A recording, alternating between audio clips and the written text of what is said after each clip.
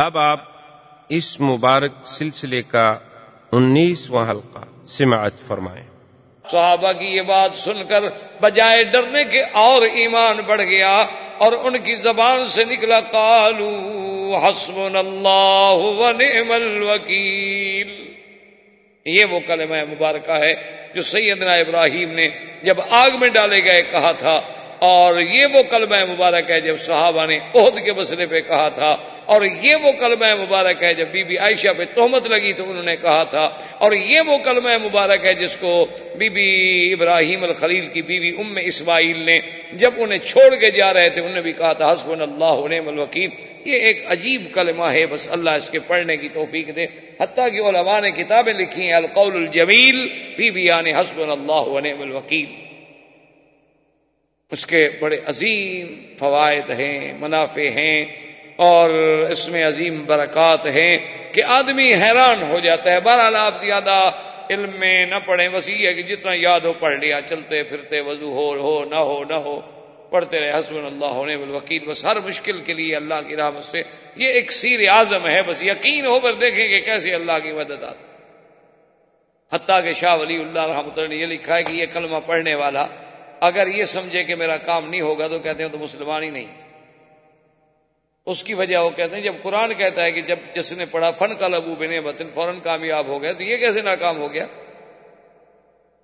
تو اب جناب سب صحابہ نے یہ کہا، اور خدا کی قدرت یہ ہے کہ صحابہ نے کہا حضور بالکل ہم تیار ہیں، ہمیں کوئی غم نہیں، ہمارے زخموں کو آپ نہ دیکھیں بلکہ ہمیں زخم جو ہے یہ اور انگیخت کر رہے ہیں کہ آج کفر سے بدلہ لیں۔ ابو سفیان آخر بھاگ گیا، اس نے کہا کہ بھائی یہ بڑا مشکل مسئلہ ہے، تو اس لیے بہتر یہ ہے کہ اب جاؤ، کیونکہ وہ یہ تو دل میں سمجھتے تھے نا کہ اللہ کا نبی تو سچا ہے، آخر وہ ہمارے پیچھے تعاقب میں جو آ رہا ہے ہو سکتا ہے اللہ کی طرف سے کوئی ہدایت آ گئی ہو پھر ہم مارے جائیں۔ اس لیے قرآن کہتے ہیں فانقلبوا بنعمت من اللہ وفضل لم یمسسہم سوء۔ اللہ نے فرمایا کہ تم دیکھو پھر ہم نے تمہیں کیسے واپس کیا امراء الاسد سے، کہ تمہیں کوئی تکلیف بھی نہ پہنچی، لیکن اللہ نے تمہیں عزت بھی دی، نعمت بھی دی، کہ اب بغیر جنگ کے جو شکست تھی ہم نے فتح میں بدل دی کہ کافر بھاگ گئے۔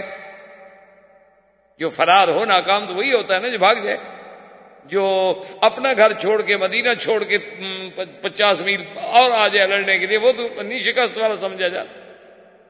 تو جنگ احد کا یہ مقام جو تھا اس طرح ختم ہوا۔ وجہ یہ تھی کہ اللہ نے فرمایا کہ میرا بدنی ہم یہ چاہتے تھے کہ آپ کی زندگی میں ہی آزمائش ہو جائے، کہیں ایسا تو نہ ہو کہ اگر آپ پہ موت آ جائے تو صحابہ پھر ان کے پاؤں ہی اکھڑ جائیں۔ وما محمد الا رسول قد خلت من قبلہ الرسل افإن مات او قتل انقلبتم علی اعقابکم۔ کیا اگر میرا نبی شہید ہو جائے یا قتل ہو جائے تو پھر تم دین سے بھی پھر جاؤ گے؟ تو ہم یہ چاہتے تھے کہ ایک ہی دفعہ صحابہ کی آزمائش۔ اچھا، اب جن صحابہ کے پاؤں اکھڑ گئے تھے ان کے بارے میں بھی اللہ نے فرمایا وَلَقَدْ عَفَا عَنْهُمْ، میرا بدنی میں نے ان کو معاف کر دیا۔ ان کی اگر غلطی ہوئی ہے، یہ پیچھے ہٹے ہیں، یہ ڈر گئے ہیں، لیکن ہم نے ان کی غلطی معاف کر دی ہے۔ صرف معاف نہیں کی بلکہ آپ کو اس کے بعد بھی حکم دیتی ہے کہ اب بھی جب کوئی مسئلہ ہو تو وَشَاوِرْهُمْ فِي الْأَمْرِ، ان کے مشورے کے بغیر کوئی قدم نہیں۔ تو سرکار دو جہاں اللہ تبارک و تعالیٰ نے گو جنگ احد میں پہلے بھی مسلمانوں کو فتح ہوئی، کفر بھاگ گیا، لیکن مسلمانوں سے جو غلطی ہوئی، حضور پاک کے فرمان میں کوتاہی ہوئی، اس کا انجام شکست، پھر شکست کو اللہ نے فتح میں بدل دیا۔ اور ایک خاص عنایت بدر پہ ہوئی کہ اذ یغشیکم النعاس امنۃ منہ وینزل علیکم من السماء۔ اللہ نے فرمایا کہ پھر ہم نے ان پر ایک اونگ، ایک تھوڑی سی نیند مسلط کر، ایک تھوڑی سی، ایسے ہر آدمی پہ ایک نیند آ گئی، حتیٰ کہ تلوار ہاتھ میں گر گئی۔ اس نیند میں ہم نے ایسی رحمت رکھی تھی کہ سب وہ زخم بھول گئے، تکلیفیں بھول گئیں، دکھ بھول گئے، پھر فریش ہو گئے آدمی، پھر تر و تازہ ہو گئے۔ تو اللہ تبارک و تعالیٰ نے اس عہد کے غزوے کی ایک پوری تحقیق، تخطیط پورے قرآن میں بیان فرمائی ہے۔ اللہ اگر توفیق دے تو آدمی کو وہ پوری آیات بما تفاسیر اور بما ترجمے کے دیکھنی چاہیے۔ وما علینا الا البلاغ۔ برادران اسلام، محترم بھائیوں،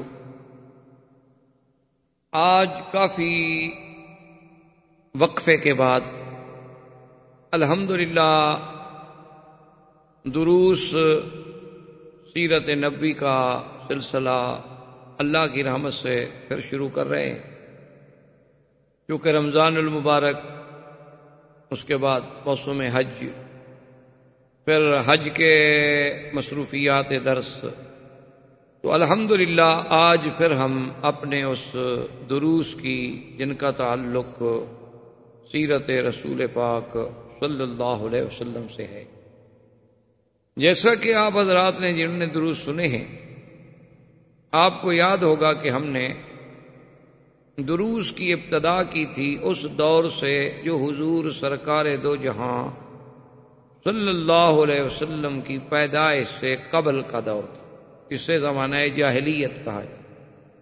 اس کے بعد پھر حضور صلی اللہ علیہ وسلم کی ولادت سے قبل جو ارہاسات، جو واقعات پیش آئے، پھر سرکار دو جہاں صلی اللہ علیہ وسلم کی ولادت مبارکہ، پھر آپ کا دور رضاعت، اس کے بعد آپ کا دور صبا، پھر آپ کا دور شباب، پھر حضور صلی اللہ علیہ وسلم کا سیدہ خدیجہ سے نکاح، پھر سرکار دو جہاں صلی اللہ علیہ وسلم کا دور شباب، اور اس کے بعد پھر نزول وحی کی ابتدا، پھر وحی اترنے کے بعد آغاز دعوت اسلام، پھر حضور صلی اللہ علیہ وسلم کے دعوت اسلام میں مشکلات، صحابہ رضوان اللہ علیہم اجمعین پر امتحانات کے پہاڑ ٹوٹ پڑے، پھر صحابہ رضوان اللہ علیہم اجمعین کی ان مشکلات کے بعد ہجرت حبشہ، پھر بعض حضرات کی ہجرت مدینہ منورہ، پھر سرکار دو جہاں صلی اللہ علیہ وسلم کی اپنی ہجرت مبارکہ، اور ہجرت مبارک کے بعد غزوہ بدر، جو اسلام کا سب سے اول غزوہ تھا، جسے اللہ کے قرآن نے بھی یوم الفرقان کے نام سے تعبیر فرمایا، جس میں اللہ نے اسلام کو عزت دی، اسلام کا بول بالا ہوا، جس میں کفر کی طاقت جو تھی وہ ٹوٹ گئی، لیکن دشمنیوں کی آگ زیادہ بھڑک۔ اس کے بعد پھر کفار قریش کا اجتماع، کفار قریش کا وہ انتقام اور جذبہ انتقام، اور پھر اس کے بعد غزوہ احد۔ غزوہ احد میں حضور صلی اللہ علیہ وسلم کے لیے مشکلات، صحابہ کے لیے سب سے بڑا امتحان، اور غزوہ احد میں اول فتح سے ہمکنار ہونا، پھر فرمان رسول کے سرانجامی میں اجتہادی خطا کا صدور ہونا، پھر اس فتح کا شکست میں بدل جانا، اور حضور صلی اللہ علیہ وسلم کے دندان مبارک کا شہید ہونا، سرکار دو جہاں کے سب سے محبوب ام محترم حضرت حمزہ رضی اللہ تعالی عنہ کا شہید ہونا، مصعب بن عمیر کی شہادت، صحابہ رضوان اللہ علیہم اجمعین کے لیے ایک بہت عظیم ابتلا کا دور۔ ان تمام ادوار کے بعد، چونکہ جنگ احد میں یہود کی سازش تھی، تو حضور صلی اللہ علیہ وسلم کا احد کے بعد یہود بنو نذیر پر محاصرہ، اور اس کے بعد حضور صلی اللہ علیہ وسلم کا فیصلہ کہ چونکہ انہوں نے اپنے عہد کو توڑا تھا، اور ان کا اجلاء کہ ان کو مدینہ منورہ سے نکالا گیا، اور حضور صلی اللہ علیہ وسلم نے ان کو خیبر کی طرف نکلنے پہ مجبور کیا۔ لیکن یہ پھر بھی رحمت دو جہاں کا، رحمت کا انداز تھا کہ اتنے بڑے دشمنوں کو، اتنے بڑے اعداء کو، جن کی وجہ سے 70 صحابہ شہید ہوئے، جن کے نفاق کی وجہ سے مسلمانوں کو اتنے بڑے زخم سہنے پڑے، حضور صلی اللہ علیہ وسلم نے اجازت دے دی کہ جو آپ سامان لے جا سکتے ہو، ہر آدمی ایک اونٹ پر سامان اپنا لے کر چلا جائے، ہم اس سے تعارف۔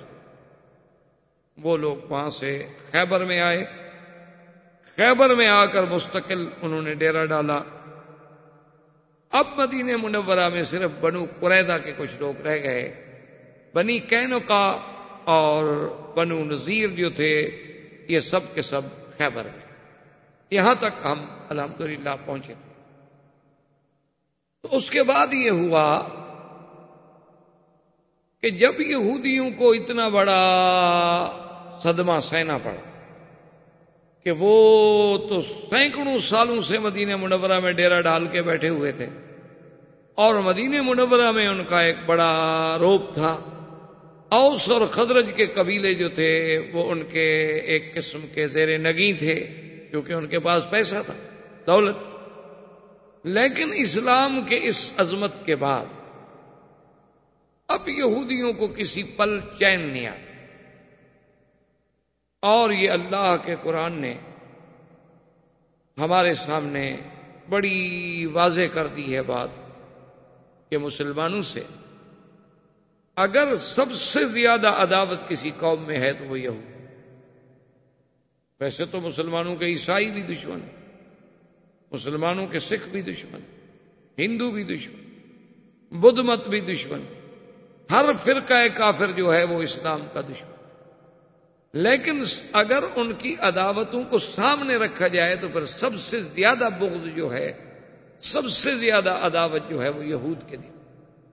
اس کو قرآن نے وضاحت فرما دی ہے کہ لَتَجِدَنَّ أَشَدَّ النَّاسِ عَدَاوَةً لِلَّذِينَ آمَنُوا الْيَهُودَ وَالَّذِينَ أَشْرَكُوا۔ اللہ نے فرمایا کہ میرے نبی صلی اللہ علیہ وسلم آپ پائیں گے یہود کے دل میں سب سے زیادہ عداوت، اور مشرکین یہ سب سے بڑے دشمن ہیں۔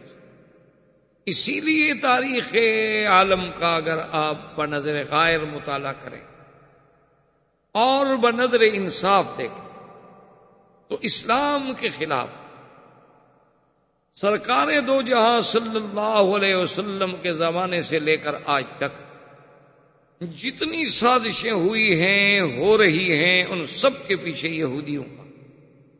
اسلام میں جتنے فرقے بنے، اسلام کو جس طرح ٹکڑوں میں تقسیم کیا گیا، اسلام میں جس طرح رفض اور شیعت کی بنیاد رکھی گئی، خارجیت کی بنیاد رکھی گئی، کرامتہ اور باطنیہ کو مارد وجود میں لایا گیا، کرامیہ، قدریہ، مشبہہ کے فرقے پیدا کیے گئے، اور اسی طرح پھر آگے آپ چلتے آئیں قادیانیت کا فرقہ ابھرا۔ اسی طرح آپ دیکھیں کہ انگریزوں کے آنے سے قبل میں آپ کے پورے ہند میں کوئی ایسی فرقہ واریت، کوئی ایسی اختلاف، کوئی ایسی فرقہ بندیاں اور گروہ بندیاں نہیں تھیں۔ ان سب کے پیچھے جو ہے وہ سب یہود کا، حتیٰ کہ محدثین نے یہ بات واضح کر دی ہے کہ سرکار دو جہاں صلی اللہ علیہ وسلم نے جو ارشاد فرمایا ہے کہ ستفترق امتی علی 73 فرقۃ کلہم فی النار الا ما انا علیہ واصحابی، او کما قال النبی صلی اللہ علیہ وسلم۔ حضور نے فرمایا کہ میری امت جو ہے وہ 73 فرقوں میں بٹ جائے گی، اور یہ امت سے مراد یہ نہیں کہ یہودی نصارہ، وہ تو کافر ہے، معنی یہ ہے کہ وہ امت جو مجھے ماننے والی، میری امت یعنی مسلمان، کلمہ پڑھنے والے، حضور کی نبوت پر ایمان لانے والے 73 فرقوں میں بڑھ جائیں گے۔ اور آپ نے فرمایا کہ وہ 73 میں سے سب کے سب فرقے جہنمی ہوں گے، صرف ایک فرقہ جو ہے وہ ناجی اور جنتی ہوگا۔ صحابہ نے پوچھا حضور وہ کون سا فرقہ ہوگا، اس کو ہم کیسے پہچانیں گے؟ فرمایا الا ما انا علیہ واصحابی، جو میرے اور میرے صحابہ کے رستے پہ ہوں گے صرف وہ نجات پائیں گے، اس کے علاوہ جتنا 72 فرقہ ہے وہ سب کا سب جہنم میں جائے گا۔ تو محدثین نے، علماء نے، مورخین نے یہ بات ثابت کی ہے دلائل سے کہ وہ 72 کا 72 فرقہ جو جہنمی ہے، ان 72 فرقوں کا موجد جو ہے وہ یہودی، ان تمام فرقوں کے پیچھے دماغ جو ہے وہ یہودی. کہیں عبداللہ ابن سبا آپ کو نظر آئے گا، کہیں آپ کو حسن ابن الصباح نظر آئے گا، کہیں اسی کی کماش کے لوگ نظر آئیں گے. وہ اسلام میں داخل ہوئے، اپنے آپ کو مسلمان کہا، لیکن مسلمانوں میں فرقے محبت کے نام پر کچھ گروہوں نے سیدنا علی کرم اللہ وجہہ کو اتنا آگے بڑھا دیا کہ نصیری بن گئے، ان کو خدا کا درجہ دے دیا کہ حضرت اللہ تبارک و تعالی حضرت علی میں حلول کر گئے ہیں، اس لیے ان کا نعرہ ہی مولا علی ہو گیا. وہ حضرت علی کو مولا بمانے سردار نہیں کہتے، وہ مولا کہتے ہیں ہوا مولاکم. جیسے اللہ تبارک و تعالیٰ تمہارا مولا ہے، اب تمہارا مولا جو ہے وہ حضرت علی ہے رضی اللہ تعالی عنہ. اور پھر ان کے کرامات. اسی طرح ایک فرقہ خوارج و نواصب کا بن گیا جو اہل بیت کا دشمن تھا، انہوں نے اہل بیت کی شان میں گستاخیاں. اسی طرح ایک باطنیہ کا فرقہ وجود میں لایا گیا جنہوں نے کہا کہ یہ قرآن کا ظاہر اور ہے اور باطن اور. انہوں نے کہا ایک حکم جو ہے بظاہر آپ کو دیا جا رہا ہے اور ایک باطن اس کے اندر ہو. انہوں نے کہا جیسے قرآن کہتا ہے کہ حرم علیکم الخمر، کہ آپ پہ ہم نے شراب حرام کر دی ہے. انہوں نے کہا مولوی تو یہ شراب کو حرام کر رہے ہیں بیچارے، یہ جو شراب بکتی ہے بازاروں میں. حالانکہ معنی یہ تھا کہ تم غرور میں نہ آؤ اور اس دولت کے نشے میں نہ آؤ. یہ پینا جینے کا تو مسئلہ بھی کوئی نہیں، یہ تو پینے کوئی فرق نہیں پڑتا. اس کے پینے سے تو خدا کو بندہ جو ہے خدا تک پہنچ جاتا ہے. جب وہ نشے میں ہوتا ہے تو اس کا دماغ پرواز کرتا ہے اور اللہ میاں اس کو مل جاتا ہے. تو ان لوگوں نے اللہ کے قرآن کو بدلا. انہوں نے کہا طلاق مرتان سے، یہ کوئی نکاح طلاق کے مسئلے تھوڑے، اللہ پاک کو یہی مسائل قرآن میں بیان کرنے کے لیے اتارا. انہوں نے کہا یہ تو بادشاہوں کے عدل و نصب کے مسائل ہیں کہ ایک بادشاہ کو کتنے دفعہ ہٹایا جا سکتا ہے اور کتنے دفعہ معزول کیا جا سکتا ہے. تو ان نے پورے قرآن کو بدل ڈالا. اسی طرح مشبہ آ گئے. انہوں نے کہا کہ جی اللہ جو فرماتے ہیں میرا ہاتھ ہے، ہمارا بھی ہاتھ ہے، اللہ کا بھی ہاتھ. اللہ فرماتے ہیں میں آسمانوں سے اترتا ہوں، بندہ بھی اترتا ہے، خدا بھی اترتا ہے. تو لہٰذا وہ تشبیہ میں آ کر کافر ہو گئے، کیونکہ اللہ کی تشبیہ تو ہو نہیں سکتی کسی سے، لیس کمثلہ شیء. اچھا بعض لوگ جو تھے وہ ایسے پیدا، انہوں نے اسماء و صفات کا ہی انکار کر دیا. انہوں نے کہا جی یہ اچھی توحید ہے کہ ہم خدا کو مانیں کہ وہ سمیع ہے اور بندے کو بھی کہیں کہ سمیع ہے، خدا کو بھی کہیں وہ رحیم ہے اور نبی کو بھی کہیں کہ رحیم ہے، خدا کو بھی کہیں کہ رؤوف ہے اور نبی کو بھی کہیں کہ رؤوف ہے. یہ تو شرک ہے. لہذا انہوں نے اللہ کی صفتوں کا ہی انکار کر دیا، نعوذ باللہ. تو اس طرح یہ فرقے بنے. اور ان تمام فرقوں کے پیچھے جو دماغ کام کر رہا تھا وہ فکر یہود تھا اور پنجہ یہود تھا. وہ اتنے مکار و خداع تھے، وہ جانتے تھے کہ اب ہم قوت کے ساتھ اسلام کو نہیں مٹا سکتے، اب ہم لڑائیوں کے ساتھ اسلام کو نہیں مٹا سکتے. اب اسلام کو اگر مٹانا ہے تو اسلام میں داخل ہو کر ان کو اندر سے کمزور کر دو، ان کو اتنا کمزور کر دو کہ یہ درخت کھڑا کھڑا خود گر جائے، ہمیں کاٹنے کی ضرورت ہی نہ پڑے. اور ان کو قابو کرنے کے لیے پوری دنیا کا جو اکنامک کا لیور ہے وہ اپنے ہاتھ میں رکھ لو. جب چاہو کسی ملک کو نچا دو، جب چاہو کسی ملک کو غریب کر دو، جب چاہو ڈالر کو اونچا کر دو، جب چاہو ڈالر کو نیچا کر دو. پوری دنیا میں جتنے فتن ہیں، جتنے مصائب ہیں، مسجد اقصی کو شہید کیا جائے یا بابری مسجد کو، دونوں جگہ آپ کو یہودی نظر آئے. ظلم کسووا میں کیا جائے یا سرب میں، ظلم شیشان میں کیا جائے یا کشمیر میں، پیچھے کمانڈوز اور ٹریننگ دینے والے جو دماغ ہیں وہ آپ کو یہودی نظر آئے. آپ قادیانیت پہ نظر ڈالیں، ان کا بھی باقاعدہ تل ابیب میں اب بھی ان کا مرکز ہے اور تل ابیب سے قادیانیوں کا باقاعدہ ماہنامہ ایشو جاری ہوتا ہے. بھئی قادیانیوں کا کیا تعلق تھا تل ابیب سے؟ وجہ یہ تھی کہ قادیانیت نے چونکہ اسلام کو نقصان پہنچایا تو ان کی حفاظت کرنے والے وہی ہوں. اسی طرح جتنے فتن ہیں، جتنا دور فتن ہے، وہ سب کے سب جو ہیں ان کے پیچھے یہودیوں کا ہاتھ ہے. حتیٰ کہ ابھی آپ دیکھ لیں، آپ تو ماشاءاللہ پڑھے لکھے لوگ ہیں، روز دیکھتے ہوں گے کلنٹن کا، مونیکا کا، یہ کیا ہے؟ یہ یہودیوں کی ایک سازش تھی کہ ایک لڑکی اتنے عرصے تک وہ اپنے کپڑے اور لباس کو محفوظ رکھتی ہے. کیا مطلب ہے اس کا؟ ان لوگوں کے نزدیک جہاں زنا گناہ ہی کوئی نہیں، جن کے نزدیک اس قسم کی آزادی ہے کہ بھئی اس میں یہ چیزیں کو معیوب بھی نہیں سمجھی جاتی. معیوب تب ہے جب کسی کو جبر کیا جائے. اب وہ کہتے ہیں جی اس کا تو ہمیں دکھ نہیں ہے کہ اس نے کیا کیا، بات تو یہ کہ اس نے جھوٹ بولا. تو اس لیے ہم ذرا اس کے ساتھ سخت ہیں. لیکن ایک لڑکی کو ایک آفس میں رکھنا اور 20 سال تک یا 10 سال تک یا 12 سال تک وہ اپنے اس کپڑے کو بھی محفوظ رکھتی ہے، اس ٹراؤزر کو بھی محفوظ رکھتی ہے، کیا وجہ ہے؟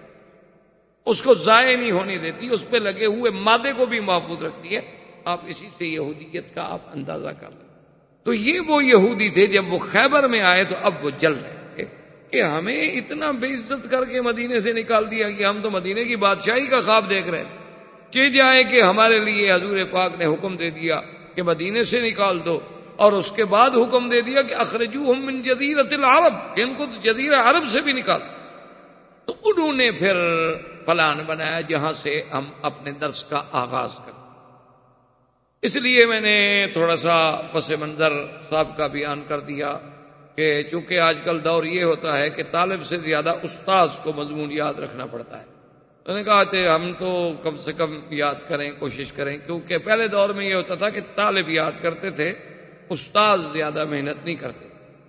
طلباء کا کام ہوتا تھا کہ وہ سبق یاد کریں اور کہیں کہ کہاں ہم نے چھوڑا تھا. آج یہ ہوتا ہے کہ نہیں، استاد یاد کرتے. یہ ہمارے ساتھ حرم میں بھی ہوتا ہے. یعنی اگر 1 مہینہ چھٹی کے بعد ہم سبق شروع کریں، 10 طلباء سے پوچھیں کہ بھی ہم نے کس آیت پہ سبق روکا تھا، تو ہر آدمی نئی جگہ بتا. اللہ تبارک و تعالیٰ کی یہ صرف یہ نہیں کہ یہاں ہوتا ہے، حرم میں بھی یہ ہوتا ہے. تو بہرحال میں نے اس لیے ایک پس منظر عرض کر دیا کہ تاکہ اگلی بات سمجھنے میں جب تک سابقہ تسلسل ذہن میں نہیں آئے گا تو بات سمجھیں. تو یہودیوں کا ایک بہت بڑا سردار تھا جس کا نام تھا حیی ابن اخطب. ان کا بہت بڑا سردار اور بہت پڑھا لکھا. تو حیی ابن اخطب اور سلام ابن مشکم، یہ دونوں جو تھے، انہوں نے اپنے ساتھ چند اور لوگ بھی لیے اور ایک وفد بنا کر یہ چلے مکہ مکرمہ. سب سے پہلے یہ مکہ مکرمہ ابو سفیان کا دور تھا. یعنی مکہ مکرمہ میں اس وقت جو سربراہ تھے وہ ابو سفیان سے آ کے ملے. انہوں نے کہا کہ ہم آپ کے پاس آئے ہیں، آپ کے ساتھ بھی بدر میں ایک بہت بڑا سانحہ گزر چکا ہے کہ آپ کا 70 سردار مارا گیا. ٹھیک ہے، آپ نے عہد میں لڑائی لڑی اور ہم لوگوں نے آپ کی مدد کی، جس کی وجہ سے ہمیں بھی وہاں سے نکالا گیا. لیکن عہد کی لڑائی میں مسلمانوں کے صحابہ تو شہید ہو گئے، لیکن آپ لوگوں کو کیا ملا؟ آپ تو جنگ ہار گئے. اس نے کہا کیسے ہار گئے؟ صحابہ شہید ہو گئے، ہم نے 70 آدمی ان کا بدلہ لے لیا. انہوں نے کہا عجیب بات کر، کیا بدلہ لے لیا تھا؟ وہ تو اگر حضور صلی اللہ علیہ وسلم کے کہنے پر وہ تیر انداز جو تھے وہ دروازہ نہ چھوڑتے تو آپ تو جنگ ہار چکے، آپ تو بھاگ رہے. وہ تو ان سے اتحادی خطا ہو گئی. انہوں نے یہ سمجھا تھا کہ اس دروازے پہ ہم نے اس وقت تک قائم رہنا ہے جب تک جنگ نہ جیتی جائے. جب دیکھ لیا ابھی کافر بھاگ رہے، انہوں نے کہا اب کھڑے رہنے کی کیا ضرورت، چلو بھی ہم بھی مال غنیمت اٹھا لیں. تو ان لوگوں نے وہ دروازہ خالی کیا تو خالد بن الولید نے عقب سے حملہ کیا. انہوں نے کہا تو یہ کوئی بڑی بات نہیں ہے، فتح تو تب ہوتی کہ تم مدینے پہ قبضہ کر لیتے. تم تو خالی واپس آ گئے مکے، نہ مدینے پہ قبضہ کیا، نہ کوئی مسلمان گرفتار ہوا. تم نے کامیابی کیا حاصل کی، مجھے یہ تو بتاؤ. جنگ جیتنے کا مطلب تو یہ ہوتا ہے نا کہ دشمن کے علاقے پہ قبضہ کرو، حضور صلی اللہ علیہ وسلم کی تحریک کو ختم کر دو. وہ تو اسلام کی تاریخ اسی طرح چل رہی ہے. انہوں نے تو الٹا جنگ جانے اتنے بڑے نقصان کے بعد ہم پہ حملہ کر دیا، اور اتنی بڑی شکست کے بعد انہوں نے بدر صغرا تک تمہارا تعاقب کیا، تم بھاگ گئے. وہ تو عہد کے بعد حضور صلی اللہ علیہ وسلم خود اپنے صحابہ کے ساتھ تمہارے تعاقب میں چلے اور تم بھاگے، اور ساری دنیا میں مشہور ہوا کہ قریشی بھاگ گئے، مکے والے بھاگ گئے، مکے والے. تم تو ذلیل ہو کے آئے ہو، تم نے کون سی جنگ جیتی ہے؟ ابو سفیان نے کہا بھی بات تو ٹھیک ہے. اس نے کہا تم کیا چاہتے ہو؟ اس نے کہا کیا چاہتے ہیں بھئی، اب ہم مل کے بدلہ لیں مسلمانوں سے. ابھی تک ہم ان کا کچھ نہیں بگاڑ سکے. پھر حضور صلی اللہ علیہ وسلم نے آپ کو دعوت دی کہ موعدکم ببدر، کہ چلو اگلے سال بدر میں پھر لڑائی ہوگی، تم بھی آ جانا ہم بھی آ جائیں. پھر بھی تم بھاگ گئے، تم نہیں گئے. حضور پاک تو آ گئے بدر. وہ تو پوری دنیا نے دیکھ لیا کہ مسلمانوں میں تو اب بھی اتنا دم خم موجود ہے کہ وہ مدینے سے چل کے بدر آ گئے، لیکن تم مکے سے بھی نہیں نکلے ڈر کے مارے. تو تم کیسے سردار ہو؟ کیا تم نے اسلام کا مسلمانوں کا مقابلہ کیا ہے؟ تیار ہو جاؤ، یہاں سے تم لشکر نکالو، وہاں سے خیبر سے ہم لشکر نکالیں گے، اور بنی غطفان، بنی سلیم، بنی فزارہ، ان احابی، ان سب قبائل کا میں دورہ کر رہا ہوں، ان سب کو تیار کر کے ایک ہی دفعہ ہم مدینہ منورہ پہ حملہ کریں تاکہ ہمیشہ کے لیے مدینہ کی سلطنت جو ہے وہ ختم ہو جائے اور مدینہ پہ ہم قابض ہوں۔ انہوں نے کہا بھائی ابو سفیان نے کہا بات تو ٹھیک ہے۔ انہوں نے کہا کہ ہوئی بات یہ ہے کہ تمہاری یہ باتیں مجھے بڑی اچھی لگی، اچھی سمجھ آئی، اور میں تمہارے ساتھ دینے کے لیے تیار ہوں، لیکن ایک بات کرو، ہمیں یہ بتاؤ دیننا خیر ام دین محمد صلی اللہ علیہ وسلم۔ نے کہا تم پڑھے لکھے لوگ ہو، تورات پڑھے ہوئے ہو، انجیل پڑھے ہوئے ہو، تم سریانی پڑھے ہوئے ہو، عبرانی پڑھے ہوئے ہو، عربی جانتے ہو، اور پھر مدینہ منورہ کے محاورات جانتے ہو، کیونکہ سب سے فصیح ترین عربی بولنے والے یہودی، اب بھی یہودی جب عربی بولتا ہے تو بڑی فصاح لغت، وہ یہ بازاری لغت نہیں بولتا۔ تو یہ بتاؤ کہ ہمارا دین بہتر ہے یا دین محمد مصطفیٰ بہتر؟ اب دیکھیں وہ یہی اپنے اختب حالانکہ یہودی ہے، تورات جانتا ہے اور خود اللہ کو ماننے والا ہے، خود نبیوں کو ماننے والا ہے، لیکن چونکہ حضور سے دشمنی تھی کہنے لگا لا دینکم خیر، تمہارا دین بہت اچھا ہے، محمد مصطفیٰ کا دین کہاں اچھا ہے؟ یعنی شرک اچھا ہے، بت پرستی اچھی ہے، غیر اللہ کا سجدہ کرنا اچھا ہے، چونکہ دشمن کو فائدہ لینا تھا، اس لیے وہ بدبخت یعنی اپنے دین سے بھی پھر گیا، حالانکہ اس کا اپنا دین تو وہ اہل کتاب تھے، وہ یہود تھے، وہ تو خدا کو مانتے تھے، لیکن کہنے لگا دینکم خیر یا ابا سفیان، ابو سفیان تمہارا دین بہت اچھا ہے، دیکھو تم سب مل جل کے رہتے ہو، اللہ کے نبی نے تو دیکھو آ کے لڑا دیا، ماں بیٹے سے جدا ہو گئی، بیٹا ماں سے جدا ہو گیا، بھائی بھائی سے جدا ہو گیا، خاندانوں کے خاندان اجڑ کے رہ گئے، اور کوئی مدینے چلے گئے، کوئی مکے میں رہ گئے، ان نے تو جی وہ باپ دادے کے دین کو ہی جھٹلا دیا، ان کا دادا پر دادا جس دین پہ تھے اس کو بھی غلط کر دیا، تمہارا دین بہت اچھا ہے۔ اب اس پہ ہم خوش ہو کے دیکھا اب وہی نا بات، کیوں ایسا کیسے مقابلہ کریں؟ اگر ان کا دین اچھا ہے تو پھر ہم کیوں لڑتے رہیں بھائی؟ ہاں اگر ہمارا دین اچھا ہے، اسی لیے جب تک کہ آدمی کسی کو کسی مذہبی نقطۂ نظر پر اس کے اندر کوئی جذبہ پیدا نہ کرے، اس وقت تک نہ تحریکیں چلتی ہیں اور نہ کوئی بندہ جان دیتا۔ اسی لیے یہ آپ کے سیاسی لیڈر جو ہے نا یہ بڑے چالاک ہوتے ہیں، جب ان کو تحریک چلانی ہو تو پھر یہ علماء کے دروازے پہ، مولوی صاحبان کے دروازے پہ، مدارس کے دروازے پہ آ کے یہ دین والے آدمی تھوڑا سا تو آگے آئے نا، تاکہ لوگوں کو ہم کہہ سکیں کہ بھائی ہم تو نظام مصطفیٰ کے لیے لڑ رہے۔ تو جب حضور کے نظام کی بات آئے گی تب لوگ جان دیں گے، ایسے کو پاگل تھوڑا ہو گیا کسی لیڈر کے لیے مر جائے، اگر مرے گا تو ہر کوئی کہے گا یار تو مردود ہے، خودکشی کر کے حرام موت مر گیا، دفع ہو، 2 مریں گے، 4 10 15 20 ختم۔ لیکن جب اسلام کی بات ہوگی تو پھر ہر بندہ سمجھتا ہے کہ میں تو اب اللہ کے رسول کے لیے جانتا ہوں۔ اس لیے ان کو جب ابھار دیا کہ تمہارا دین اچھا ہے تو اب قریش بھی تیار ہو گئے، اور یہی ابن اختب نے جا کے بنو سلیم سے معاہدہ کیا، بنو غطفان سے معاہدہ کیا۔ بنو غطفان ایک بہت بڑا قبیلہ تھا اور بڑا جنگجو قبیلہ تھا، ان نے کہا کہ ہوئی ابن اختب تم فکر نہ کرو، 4000 تو صرف ہم دیں گے نا آپ کو لڑنے میں۔ اور بنو فزارہ سے معاہدہ کیا۔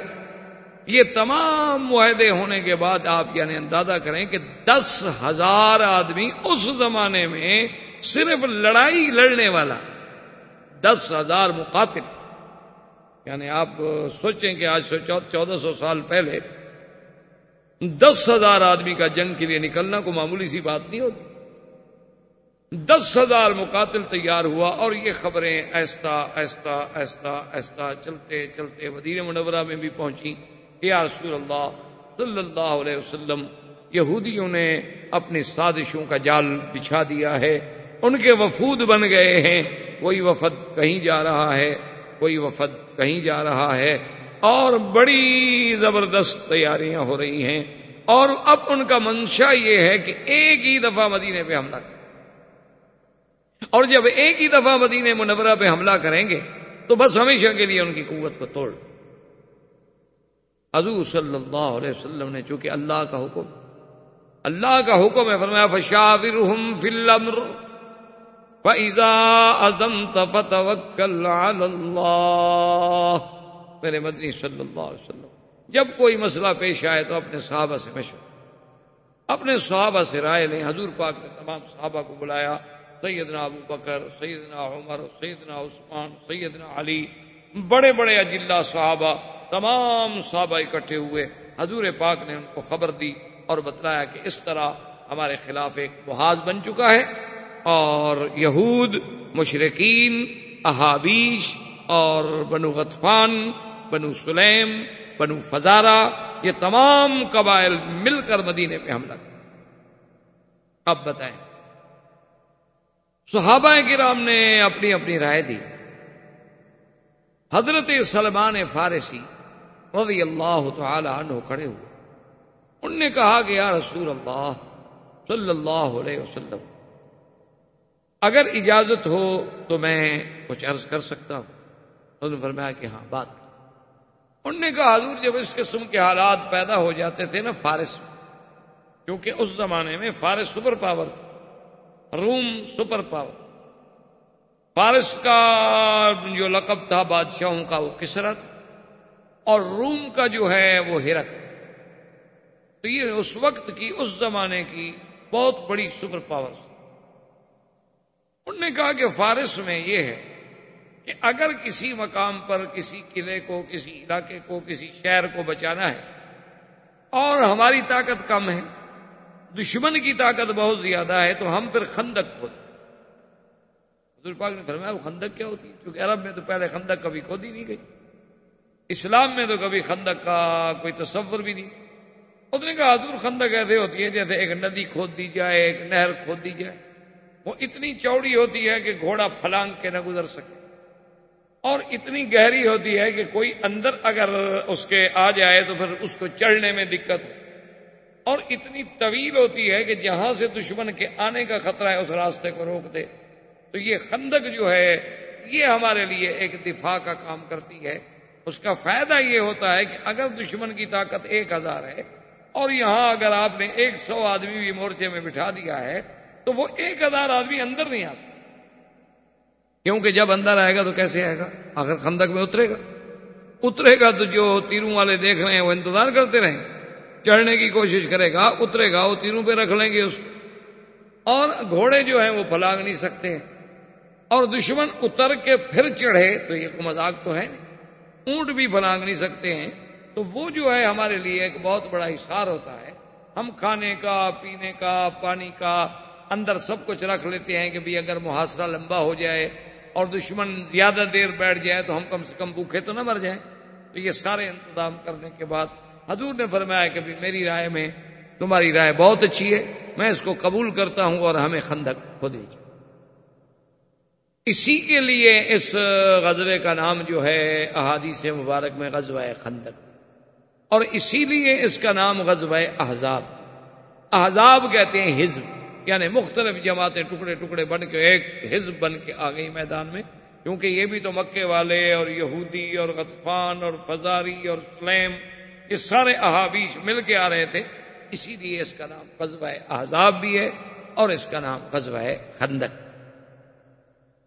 اب جب خندق کی کھدائی شروع ہوئی، آپ جب مدینہ منورہ میں جاتے ہیں تو آپ نے بھی دیکھا ہوگا کہ خندق کا، کیونکہ اس کے تھوڑے تھوڑے نشانات تو اب بھی باقی، تھوڑے تھوڑے آثار خندق کے اب بھی باقی ہیں کہ بھی اس جگہ خندق ہوتی۔ لیکن اس بات کو سمجھنا گو یہ بڑے بڑے علماء کا کام ہے اور علمی مسئلہ ہے، لیکن تھوڑی سی آسانی کے لیے میں عرض کر دوں تاکہ جتنی بات آپ کے سمجھنے کے لیے آسان ہو۔ ایک سب سے بڑا مشکل مسئلہ ہے جس میں ہمارے بڑے بڑے علماء الجھ کے رہ جاتے ہیں کہ بھی اس طرف خندق کھودنے کی آخر کیا وجہ تھی؟ تو مدینہ تو ادھر ہے اور خندق ادھر کھودی گئی۔ اب بھی آپ جائیں تو آپ دیکھیں نا کہ مثلا مدینہ تو رسول کدھر ہے، حرم کہاں ہے؟ حضور کے زمانے میں تو بس یہی شہر تھا نا جتنا حرم ہے، بلکہ یہ سمجھیں کہ اب حرم بڑا ہے، اور اس کے بعد ابالی میں کچھ آبادی تھی، اسی طرح نابیہ میں کچھ آبادیاں تھیں، اسی طرح جانب احد میں کچھ چھوٹی چھوٹی بستیاں تھیں، یہ مدینہ منورہ تھا۔ تو اس طرف خندق آخر کیوں کھودی گئی؟ اس میں بڑے بڑے علماء جب حدیث پڑھاتے ہیں نا تو الجھ کے رہ جائے، وہ سمجھا نہیں۔ بہرحال یہ ایک علمی مسئلہ ہے جس کا تعلق علماء سے ہے، لیکن آپ کے یہ بتانے کی حد تک میں صرف آسانی کے لیے عرض کر دوں، مدینہ منورہ کو آپ تو الحمدللہ پڑھے لکھے لوگ ہیں، کبھی آپ نقشہ ہو، جب آپ مدینہ منورہ کا خریطہ دیکھیں گے، نقشے کو سامنے رکھیں گے، تو پھر آپ کو خندق کا سمجھنا بالکل ایک سیکنڈ بھی نہیں۔ اصل میں مدینہ منورہ کی پوزیشن یہ تھی کہ اس کی 3 طرف تو حرات ہے، اس کو کہتے ہیں ہرا، جیسے اب بھی ہے، آپ جانے مدینہ ہرا شرقیہ ہو، ہرا غربیہ ہو، ہرا جنوبیہ، یہ حرات، یہ 3 حرات جو ہیں ان میں نوکدار پتھر تھے، کالے کالے، اور بہت طویل عریض میدان میں، اس سے فوج کے آنے کا کوئی تصور ہی نہیں کیا جا سکتا کہ کوئی فوج یہاں سے آ جائے۔ وہ اتنے نوکیلے، اتنے تیز ہوتے ہیں کہ اگر اونٹ آئے تو وہ زخمی، گھوڑے آئے تو وہ زخمی، بندے آئے تو وہ زخمی، تو وہ تو وہاں سے گزرنا ہی مشکل ہے۔ تو 3 جانب میں تو وہ ہر رہے تھے، ہر رائے واقم تھا، ہر رائے شرقیہ تھا، ہر رائے۔ اب 3 طرف سے تو مدینے کو انہوں نے روک لیا نا، ادھر سے تو آپ کو خندق کی ضرورت ہی نہیں کہ وہاں سے تو دشمن کی فوج آ ہی نہیں سکتی۔ ایک جانب جو تھی بین شرقی والغربی، وہاں تھے بنو قریظہ یہودی، ان کے بڑے بڑے قلعے تھے۔ بنو قریظہ جو تھے ان کا حضور صلی اللہ علیہ وسلم کے ساتھ معاہدہ تھا، ان کی حضور صلی اللہ علیہ وسلم کے ساتھ صلح تھی، اسی لیے ان کو مدینے سے نکالا نہیں گیا۔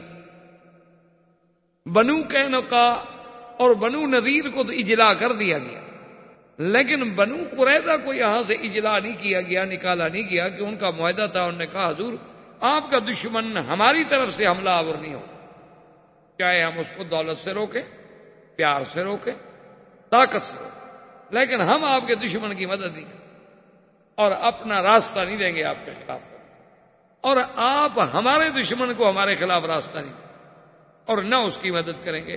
یہ حضور کے ساتھ معاہدہ تھا۔ عیینہ بن الحصن ان کا سردار، تو اس طرف سے حضور مطمئن ہے، کبھی 3 ہرے ہو گئے، اس طرف سے بنو قریظہ ہو، آگے جبل احد پہاڑ ہو گیا، باقی یہ شمال بچا جس سے حملے کا خطرہ تھا کہ یہاں سے دشمن آ سکتا ہے، تو اسی جانب شمال میں وہ خندق کھودی گئی، اور اس کا طول کیسے رکھا گیا، ادھر پورے مدینے کو کنٹرول کرے اور ادھر جا کے احد کے طرف جو ہے جہاں پہاڑ جبل اسیر شروع ہوتا ہے اس سے ٹکرا جائے، اور وہ جبل جو ہے حضور کی پشت پہ آ جاتا تھا، وہاں سے دشمن حملہ نہیں کر سکتا، پہاڑ چڑھ کے اترے گا نا، آگے تو آپ کے تیر انداز انتظار میں بیٹھے ہوں گے اور پہاڑ کے اوپر بھی بیٹھے ہوں، تو پھر دشمن جو ہے، اس زمانے میں جنگ جو ہے وہ گھوڑوں کی ہوتی تھی، ہاتھیوں اونٹوں کی ہوتی تھی، یا پیدل ہوتی تھی، یہ میزائل، یہ ایٹم، یہ ہوائی جہاز، یہ ہیلی کاپٹر، یہ تو ہوتے نہیں۔ تو اس لیے خندق کی کھدائی کا سلسلہ اس جانب سے شروع کیا گیا کہ سب سے خطرہ جو تھا وہ اسی جانب۔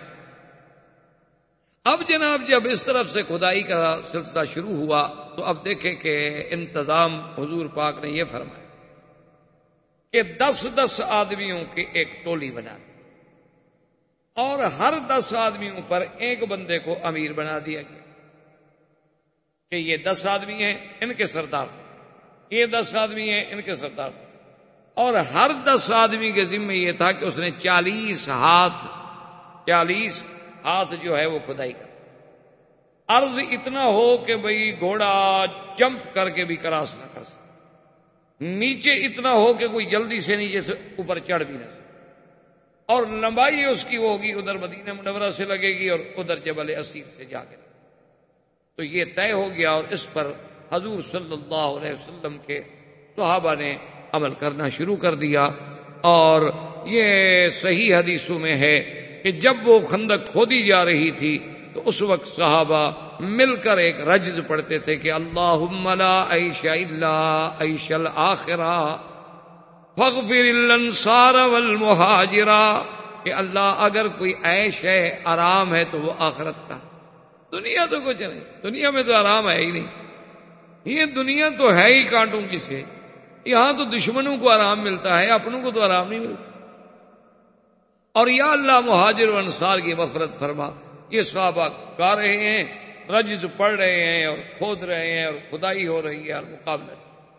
اور یہی وہ موقع ہے جس پہ عبداللہ ابن رواحہ کی وہ مشہور رجز جو صحابہ نے پڑھی، اور صحابہ کہتے ہیں کہ جب ہم پڑھتے تھے تو سرکار دو جہاں بھی ہمارے ساتھ شریک ہوتے، واللہ لولا اللہ مہتدینا ولا تصدقنا ولا صلینا، یا اللہ اگر تو ہمیں ہدایت نہ دیتا تو ہم آج نہ نمازیں پڑھتے نہ خیراتیں کرتے۔ فانزلن سکینۃ علینا، یا اللہ ہم پر اپنی رحمت کی برسات کر دے۔ اور اگر ہم نے کافروں نے اندعوا ابینا ابینا ابینا، اگر کافر ہمیں بلائیں کہ سلو کر لو تو ہمارا کھلا انکار ہے، کھلا انکار ہے۔ تو صحابہ کہتے ہیں کہ جب حضور بھی ملتے تو فرفع صوتہ، حضور اپنی آواز بلند کر۔ تو اتنی صحابہ نے یعنی اس محبت سے، اس تڑپ سے، اس جذبے سے، اس شوق سے خندق کو کھودا کہ اس کی تاریخ میں کوئی نہیں۔ اور اسی اسنا میں ایک پتھر آ گیا، اتنا شدید وہ پتھر تھا کہ صحابہ کہتے ہیں کہ ہمارے تمام ہتھیار جو تھے وہ بیکار، اب اس پر کوئی پتھر ہتھیار کام نہیں کرتا۔ تو سرکار دو جہاں صلی اللہ علیہ وسلم کو خبر دی گئی، یا رسول اللہ صلی اللہ علیہ وسلم، ایک ایسا سخت ترین پتھر آ گیا ہے کہ وہ نہیں، ہمارے ہتھیار، ہمارے اوزار، ہماری کدالیں، ہمارے فؤوس سب ٹوٹ گئے، اب آپ مہربانی فرمائیں۔ تو صحابی کہتے ہیں فقدم رسول اللہ صلی اللہ علیہ وسلم، سرکار دو جہاں تشریف لائے، آپ نے فرمایا این الصخرہ، تو وہ پتھر کا صاحب نے کہا حضور یہ، حضور نے فرمایا پانی لے، اس پتھر پہ حضور نے پانی ڈالا، فضرب ضربۃ فصار کأنہ کثیبا، صحابہ کہتے ہیں کہ حضور نے ایک ہی ضرب ماری تو ریزہ ریزہ ہو گیا جیسے ریت ہو، جو ہم سے نہیں ٹوٹتا تھا وہ پتھر ایسے ریزہ ریزہ ہوا کہ معلوم یہ ہوتا تھا کہ وہ ریت کے ذرے بن گئے۔ تو حضور صلی اللہ علیہ وسلم کا معجزہ اللہ نے اس احوال میں بھی دیکھا۔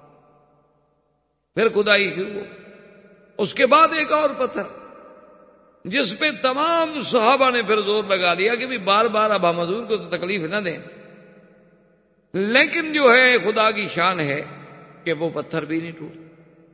حضور صلی اللہ علیہ وسلم کو مجبوراً اطلاع دی گئی کہ یا رسول اللہ صلی اللہ علیہ وسلم بالخندق صخرۃ، ایک بڑا شدید صخرہ، بہت بڑا سخت، اور حضور اگر ہماری پوری خندق مثلا 4 میل ہم نے کھدائی کر لی ہے اور درمیان میں ایک ٹکڑا رہ جائے تو خطرہ ہے نا، اسی سے دشمن عبور کر سکتے، کامیاب تو تب ہوں گے ہم جبکہ کھدائی ہماری مکمل ہو۔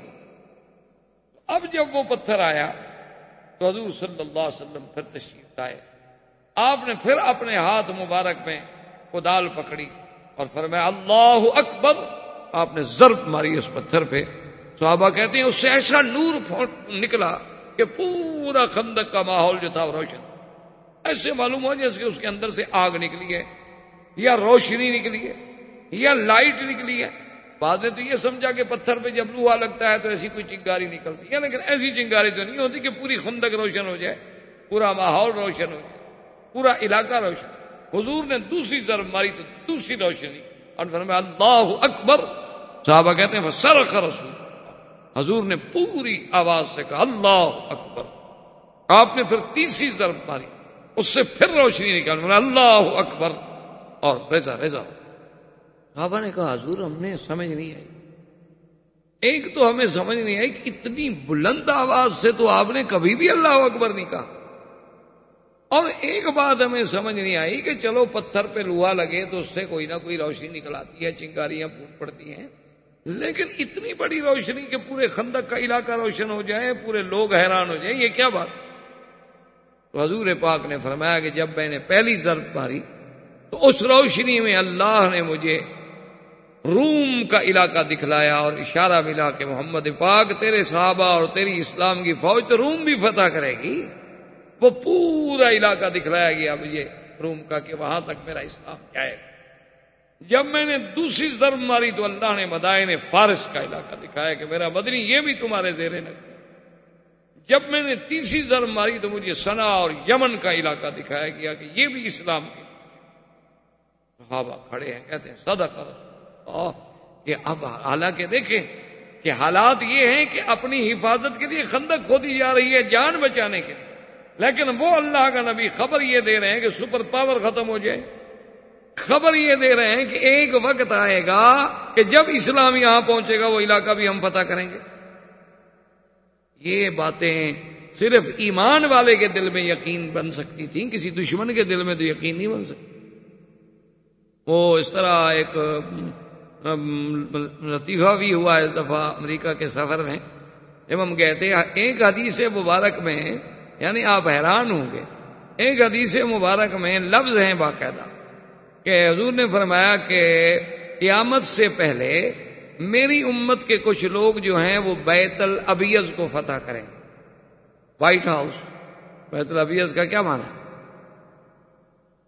تو حضور کا فرمان ہے. میں نے کہا امریکہ والوں کا، میں نے کہا یار یہ پتہ نہیں اللہ میں اس لیے تو میں نہیں لے آیا یہاں، ورنہ ہمارا کیا تعلق تھا کہ ہم وائٹ ہاؤس دیکھنے کے لیے آتے، ہم مولویوں کا کیا کام وائٹ ہاؤس سے. تو ہو سکتا ہے کہ وہ حدیث ہمارے ذہنوں میں ہو اور اسلام ہمیں بتا رہا ہو کہ آپ ہم پہنچ سکتے ہیں، تو اسلام کا غلبہ بھی ہو سکتا ہے، کون سی مشکل بات. گو بعض علماء نے کہا کہ وہ بیت الابیض سے مراد فارس تھا، کوئی کہتے ہیں روم تھا، کوئی کہتے ہیں کچھ تھا، لیکن ان کا مجھے دکھائیں ان کے محاورات میں کسی محل کا نام بیت الابیض ہو. بھائی ان کا کوئی کسرا کے نام پہ محل ہوگا، کوئی ہرقل کے نام پہ محل ہوگا، کوئی فارس کے نام پہ محل ہوگا، بیت الابیض کیسے آ گیا آخر حدیث میں. اسی طرح ابو داؤد کی ایک حدیث ہے جس میں واضح حضور نے فرمایا کہ پانی پہ جنگ ہوگی. اب ساری دنیا کہہ رہی ہے نا کہ آنے والی جنگیں جو ہیں وہ آبی وسائل پہ ہوں گی، پانی پہ جھگڑے ہوں گے، لڑائیاں پانی پہ لڑی جائیں گی. حضور نے 1400 سال پہلے فرما دیا، 1400 سال پہلے. تو بہرحال یہ ایک الگ موضوع ہے، پھر ہم اپنے راستے سے دوسری طرف چلے جائیں گے. تو کہنے کا مقصد یہ تھا کہ جن کے دل میں ایمان ہو وہ تو فوراً کہہ دیتے تھے نا کہ سادہ کا رسول، بھئی حضور نے جو فرمایا سچ. ورنہ اللہ کا نبی یہاں کھڑے ہو کر اس روشنی میں اللہ اگر ان کو فارس دکھا سکتے ہیں، روم دکھا سکتے ہیں، یمن دکھا سکتے ہیں، تو ایک وقت آئے گا جیسے حضور فرما رہے ہیں کہ وہ یقیناً فتح. لیکن ان حالات میں پیشین گوئی ہو اور اس پر ایمان لانا بھی تو بڑے ایمان کا مسئلہ تھا. اچھا، اور جو منافق تھے مدینہ منورہ میں وہ بھی خندق کھدائی میں آگے جاتے تھے. تھوڑا سا 15-20 منٹ کام کیا پھر بہانہ بنا کے جی مجھے پیٹ میں درد ہے، جیسے نالائق طالب علم کرتے، مدرسے میں آ جاتے ہیں، حاضری بھی لگوا لیتے ہیں، آدھے گھنٹے کے بعد ان کو پیٹ میں تکلیف شروع ہو جاتی. یا جیسے ہمارے نالائق مسلمان اکثر رمضان شریف میں بیمار ہو جاتے ہیں تاکہ روزہ نہ رکھنا پڑے. بیمار کے لیے گنجائش ہے نا کہ روزہ قضا کر. تو بہرحال یہ ہے کہ بھئی منافقوں نے کہا کہ دیکھو یار مسلمانوں کا بھی عجیب عالم ہے، اپنی جان بچانے کے لیے تو خندقیں کھود رہے ہیں اور خبریں دے رہے ہیں ہمیں کسرا اور کیسر کی اور فارس کی اور روم کی، لیکن مسلمان جو تھے وہ کہتے صدق، جو حضور نے فرمایا وہ سچ ہے اور ایک دن سچ ہو کے رہے. اور یہی وہ خندق کا واقعہ ہے کہ جس میں ایک صحابی نے آ کر حضور صلی اللہ علیہ وسلم سے عرض کیا کہ یا رسول اللہ، ایک تو پتھر کا کھودنا، دوسرا ہمارے پاس قلت غذا، کھانے کو کچھ. اس کا نتیجہ یہ نکلا ہے کہ حضور یہ دیکھیں میں نے پیٹ پہ پتھر باندھا. پیٹ پہ پتھر باندھنے کا مطلب یہ تھا کہ کھانا تو ہے نہیں، تو آنتوں میں پانی پی پی کے بل نہ پڑ جائیں، تو انہوں نے پتھر باندھ دیے تھے کہ چلو کم از کم آنتیں تو سیدھی رہیں، پیٹ تو سیدھا رہے، اور تو کچھ نہیں. یا کم از کم جب ٹھنڈا ٹائم ہوگا یہ پتھر ٹھنڈا ہوگا تو کچھ اس کی ٹھنڈک سے بھی ہمیں فائدہ پہنچے. تو اس لیے صحابی نے کہا فرفع صوبہ، یا رسول اللہ ہماری یہ حالت ہے.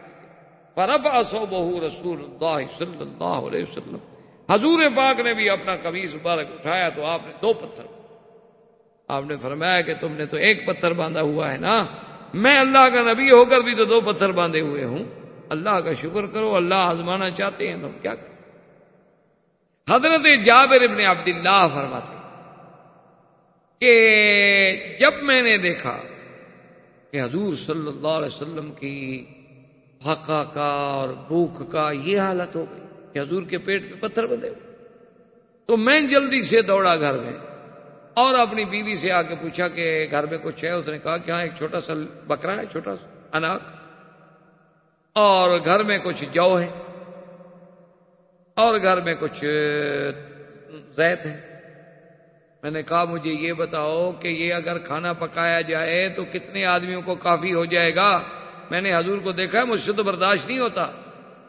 تو اس نے کہا کہ یوں کر لیں کہ اگر 3 آدمی حضور کے ساتھ اور ہوں اور چوتھے آپ ہوں، یا 4 اور ہوں اور 5ویں آپ ہوں، 5 آدمی سے زیادہ کا کھانا نہیں ہو سکتا۔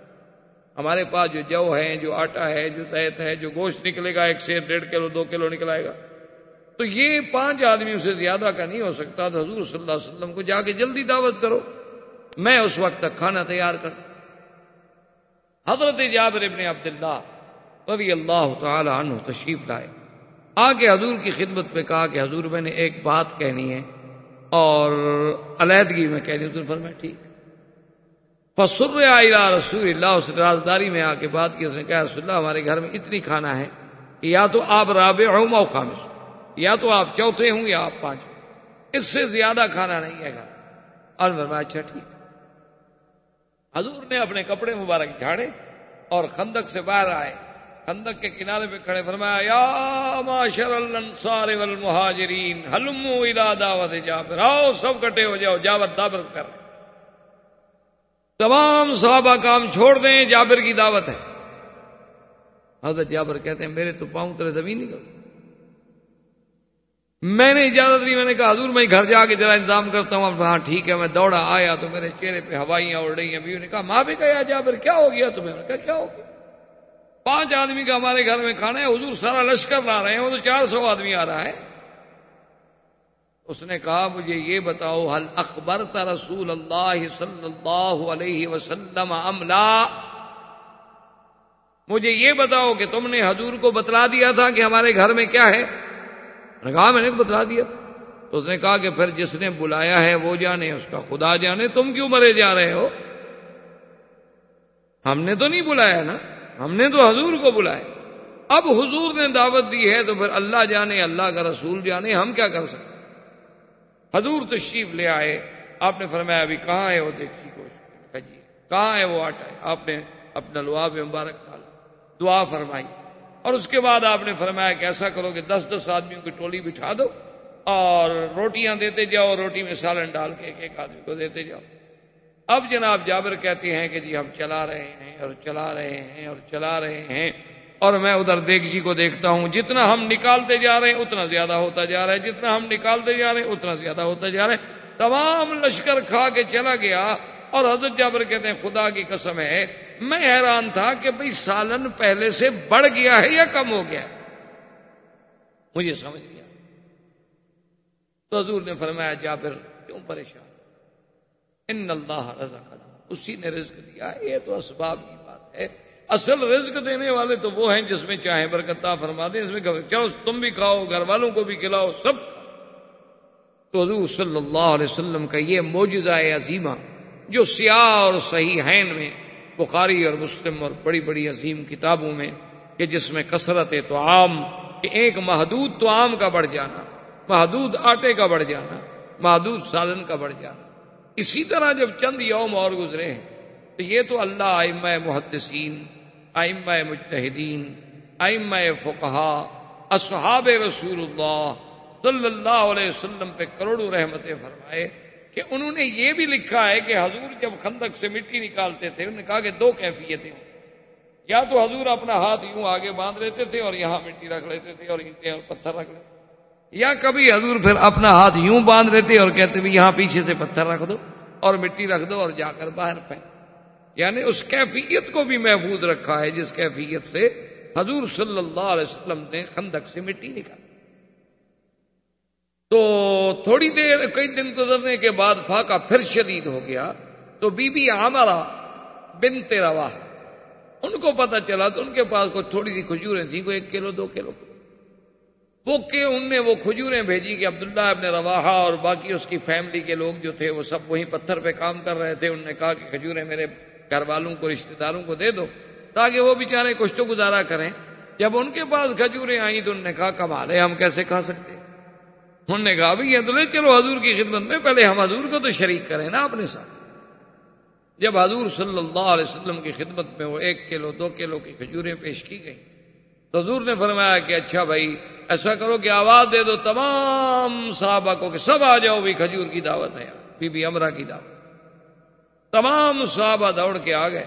حضور نے فرمایا کہ بچھاؤ دسترخوان جو تھا چمڑے کا بچھایا گیا۔ صحابی کہتے ہیں جب وہ کھجوریں ڈالی تو حضور نے اپنے ہاتھ مبارک لگائے اور اس کے بعد وہ کہتے ہیں کہ ہم سب صحابہ کھا رہے ہیں اور کھجوریں بڑھتی جا رہی ہیں تاکہ دسترخوان سے باہر گرنے لگ گئی، اتنی کھجوریں ہو گئی کہ ہم 300 آدمی کھجوریں کھا گئے اور دسترخوان اسی طرح بھرا ہوا ہے اور دسترخوان سے کھجوریں باہر گر رہی۔ کہتے ہیں کہ حضور صلی اللہ علیہ وآلہ آلہ واصحابہ وسلم تسلیما کثیرا کثیرا کا یہ معجزہ مبارک جو ہے یہ بھی اسی خندق کے موقع پر پیش آیا کہ اللہ تبارک و تعالی نے حضور صلی اللہ علیہ وسلم کی برکت سے تمام خندق کے اپنا معجزات، اس کی کھدائی، اس کی محنت، حتیٰ کہ وہ خندق جو تھی تیار ہو گئی۔ اور اسی اثنا میں دشمنان کفار قریش کا لشکر جو تھا وہ آپ حیران ہوں گے کہ 10,000 مقاتل لے کر، اور حضور کے ساتھ کتنے آدمی تھے سارے جمع کرنے کے بعد 3,000 بھی سارے مخلص نہیں تھے، منافقوں کی جماعت بھی اس میں شامل تھی، کل 3,000 آدمی جمع۔ اور مدینہ منورہ میں حضور پاک نے حکم دے دیا کہ جتنے بچے ہیں، عورتیں ہیں اور جتنے معذور بوڑھے ہیں وہ ایک بڑے قلعے میں، بڑے گھر میں جمع ہو جائیں تاکہ علیحدہ علیحدہ نہ ہوں۔ خدا نہ خواستہ ہم سب جوان تو ادھر لگے ہوئے ہیں، اگر کوئی دشمن حملہ کر دے تو ایک ایک گھر سے تو نہ پکڑ کے بچوں کو لے جائے، کم از کم ایک جگہ تو کہ ان کی حفاظت کرنا ہمارے لیے آسان ہو جائے، مشکل نہ ہو۔ تو ابو سفیان اپنے 10,000 لشکر کو لے کر اور ہوئی ابن اخطب، سلام اور بڑے بڑے یہودیوں کے سربراہ کے سارے آئے۔ ان کو بھی پتا تھا کہ وہ 3 حرات ہیں، ان حرات سے تو ہم مدینے جا نہیں سکتے۔ ان کو بھی پتا تھا کہ بنی قریظہ کے ساتھ سرکار دو جہاں کا معاہدہ ہے، ہم ادھر سے بھی نہیں جا سکتے۔ تو اسی لیے انہوں نے بھی اسی شمال کے علاقے کو تجویز کیا اور اسی شمال میں آ کے پڑاؤ ڈالے اور جبل احد تک کیمپ لگتے گئے، کیونکہ 10,000 آدمیوں کے لیے خیمے لگانے ہوں، ایک ایک خیمے میں اگر 8 آدمی ہوں تو کتنے خیمے لگیں گے؟ ہزاروں خیمے لگ گئے۔ اور وہاں ان کے لشکر، اونٹ، دولت، پیسہ، مال، وہ تو بالکل یعنی تیار ہو کر آئے تھے۔ اس طرح دشمنوں کی فوجیں ٹکرائیں اور مسلمانوں کے لیے خدا کی قدرت یہ ہے کہ ایک عجیب ہے۔ منافقوں نے جب دیکھا بھی 10,000 کا لشکر ہے، 10,000 سے کون لڑے؟ منافق نکل گئے۔ منافقوں کے نکلنے کے بعد خدا کی قدرت یہ ہے کہ مسلمان جو تھے بیچارے کمزور دل کے، ان کے بھی پاؤں اکھڑ گئے۔ انہوں نے کہا 10,000 آدمی سے کیسے لڑ سکتے ہیں؟ آپ سوچ سکتے ہیں کہ اس وقت میرے آقا پر اور آپ کے پروانوں پہ کیا گزری ہوگی کہ جب صبح کو اٹھے تو صرف 300 آدمی حضور کے ساتھ اور باقی سب گھروں میں چلے گئے، پکے مسلمان، صحیح العقیدہ مسلمان، لیکن پاؤں لرز گئے۔ اسی لیے قرآن کہتا ہے نا، ہنالک ابتلی المؤمنون وزلزلوا زلزالا شدیدا، یہ وہ تھا ابتلا مومنوں پر کہ ہل گئے جیسے زمین میں زلزلہ۔ اسی لیے قرآن نے نقشہ کھینچا ہے، اذ جاؤکم من فوقکم ومن اسفل منکم واذ زاغت الابصار، کہ جب دشمن تمہارے اوپر سے بھی اور تمہارے نیچے سے بھی، دونوں طرف سے تمہیں گھیرے میں لے لیا، آنکھیں تمہاری پھٹی کی پھٹی رہ گئی۔ وَبَلَغَتِ الْقُلُوبُ الْحَنَاجِرَ، اور جب تمہارے دل جو تھے نکل کے یہاں گلے میں آ، وَتَظُنُّونَ بِاللَّهِ الظُّنُونَا، اور اس وقت تم گمان کرتے تھے اللہ پر گمان کرنا کہ ہائے ہم اس حال میں ہیں، پتہ نہیں خدا ہماری مدد کب کرے گا، پتہ نہیں خدا کی مدد کب آئے۔ هنالك ابتلي المؤمنون وزلزلوا زلزالا شديدا وإذ يقول المنافقون والذين في قلوبهم مرض ما وعدنا الله ورسوله إلا غرورا، اور یہ وہی وقت تھا کہ جب منافق کہتے تھے کہ اللہ کے رسول نے جو باتیں کی ہیں وہ تو دھوکہ ہے، کہاں مدد آئے گی، کہاں نصرت آئے گی، اب تو ہم ایسے پھنسے ہیں کہ بس ان 2 چکی کے پاٹوں میں پس کے رہ جائیں گے، ہماری کوئی حفاظت کرنے والا بھی نہیں ہوگا۔ اس منظر میں یہ واقعہ تھا، زندگی باقی تو بات باقی۔ والسلام علیکم ورحمۃ اللہ وبرکاتہ۔ برادران اسلام، واجب الاحترام بزرگوں، دوستوں اور بھائیوں، دروس سیرہ نبویہ کا سلسلہ اللہ تبارک و تعالی کے فضل و منت سے سرکار دو جہاں صلی اللہ علیہ وسلم کی ولادت مبارکہ سے لے کر غزوہ احد تک اور اس کے بعد جلائے بنی نذیر اور اس کے بعد غزوہ احد تک ہم پہنچے۔ غزوہ احد کے بعد جلائے بنی نذیر کے بعد غزوہ خندق۔ غزوہ خندق کو غزوہ خندق بھی کہا جاتا ہے اور غزوۃ الاحزاب بھی کہا جاتا ہے۔ غزوہ خندق کو خندق تو اس لیے کہا جاتا ہے کہ سرکار دو جہاں صلی اللہ علیہ وسلم نے حضرت سلمان فارسی رضی اللہ تعالی عنہ کے مشورے پر خندق کھدوانے کا حکم دیا اور خندق کھدوائی گئی، اس لیے اس مناسبت سے اس غزوے کو غزوہ خندق بھی کہا جاتا۔ غزوہ اور سرایہ میں فرق ہی یہ ہوتا ہے کہ جس جنگ میں سرکار دو جہاں صلی اللہ علیہ وسلم بذات ہی خود تشریف فرما ہوں وہ غزوہ ہو۔ اگر حضور صلی اللہ علیہ وسلم لشکر بھیجیں اور آپ تشریف نہ لے جائیں تو اس کو سریہ کہا جائے۔ اسی لیے محدثین کرام رضوان اللہ علیہم اجمعین نے سرکار دو جہاں کے غزوات اور سرایہ کو علیحدہ علیحدہ ابواب میں ذکر کیا ہے۔ تو غزوہ خندق جو ہے یہ ان غزوات میں ہے جس میں حضور صلی اللہ علیہ وسلم خود شریک ہیں، اور غزوہ احزاب اس کو اس لیے کہا جاتا ہے، احزاب جمع ہے حزب، حزب مانا جماعت، تو جب چند جماعتیں، چند قبائل، چند قومیں مل جائیں تو احزاب ہو گیا، جمع کا صیغہ بن گیا۔ تو بنی نذیر کے اجلاء یعنی جلا وطن کرنے کے بعد بنو نذیر کے یہودیوں میں جو بڑے بڑے ان کے سردار تھے، حیی ابن اخطب، اسی طرح اور بڑے سردار، تو انہوں نے دراصل جا کے قریش کو ابھارا، پھر انہوں نے بنی سلیم کو، بنی فزارہ کو، بنی غطفان کو، احابیش کو، ان سب کو تیار کیا کہ ہم پوری قوت کے ساتھ مدینہ منورہ پہ حملہ کریں تاکہ اسلام کا یہ شہر، اسلام کی یہ قوت، یہ معسکر، یہ مرکز جو ہے ہمیشہ کے لیے ختم کر دیا جائے۔ تو اب اس میں چونکہ اتنی جماعتیں شامل ہو گئیں تو اس کا نام غزوہ احزاب بھی ہو گیا۔ سرکار دو جہاں صلی اللہ علیہ وسلم نے جب خندق کھدوانے کا حکم دیا تو 40 ہاتھ خندق جو ہے 10-10 آدمیوں پر تقسیم کی کہ 10 آدمی 40 ہاتھ کھودیں۔ خندق کی کھدائی اتنا گہری ہوتی تھی کہ کوئی آدمی جلدی سے اوپر نہ چڑھ سکے، اور چوڑائی اتنی ہوتی تھی کہ کوئی گھوڑا جو ہے جلدی سے پھلانگ نہ سکے۔ تو میں نے عرض کر دیا تھا کہ 3 اطراف جو تھی ان میں حرات تھے، اور ایک طرف میں بنی قریظہ یہودیوں کا بہت بڑا گڑھ تھا، مرکز تھا، قلعے تھے، اور بنی قریظہ جو ہیں وہ حضور صلی اللہ علیہ وسلم کے ساتھ معاہدے میں شریک تھے کہ ہم آپ کے دشمنوں کی مدد نہیں کریں گے۔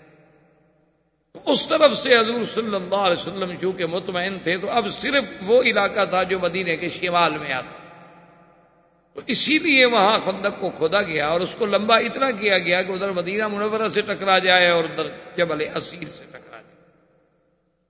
اسی اثنا میں ابو سفیان کی قیادت میں، کیونکہ ابو سفیان ابھی اسلام نہیں لائے تھے، اور مکے کے سب سے بڑے سردار اس وقت ابو سفیان تھے، اور ابو سفیان کے دل میں بڑی عداوتیں بھی تھیں کہ اصل جو بدر میں مار کھائی تھی کافروں نے اس کا سبب تو ابو سفیان کا قافلہ تھا، اور پھر احد کی لڑائی میں ان کی قیادت کرنے والا بھی ابو سفیان تھا۔ تو احد کی لڑائی میں اس میں تو کوئی شک نہیں کہ صحابہ کو بڑی تکلیفیں پہنچی، لیکن مشرکین کو بھی تو کچھ نہیں ملا، نہ مدینہ فتح ہوا، نہ مدینے پہ قبضہ کر سکے، نہ کوئی مسلمانوں سے قید ہوا، نہ کوئی ان کو مال غنیمت حاصل آیا۔ وہ تو جیسے آئے تھے اسی طرح لوٹ گئے. تو وہ بھی ابو سفیان کے دل میں ایک بہت بڑی خلش تھی.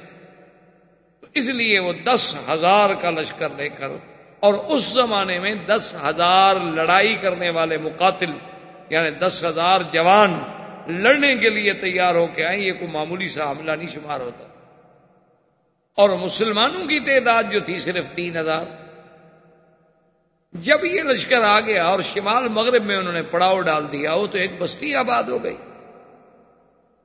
انہوں نے خندق کے اس طرف، اور جب انہوں نے آ کے خندق کو دیکھا تو ابو سفیان نے کہا کہ ھذا اول مکیدۃ فی الحرب، بھئی یہ تو کوئی جنگی بڑی پہلی چال ہے، ہم نے تو آج تک نہیں دیکھی خندق.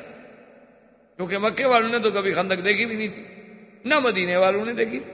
وہ تو حضرت سلمان نے بتلایا تھا کہ فارس کے لوگ جب اپنے دشمن کو روکنا چاہتے ہیں تو ایسے درمیان میں خندقیں کھود دیتے.